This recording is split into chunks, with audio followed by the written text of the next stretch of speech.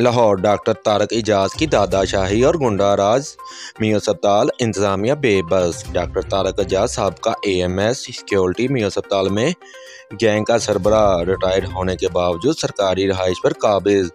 اعظم وٹو Saif Ullah Tanveer but کار خاص ہیں۔ سرور اور اعظم وٹو پر چوری اور کرپشن کے الزامات ثابت ہونے کے باوجود MS اور AMS کارروائی سے گریزاں۔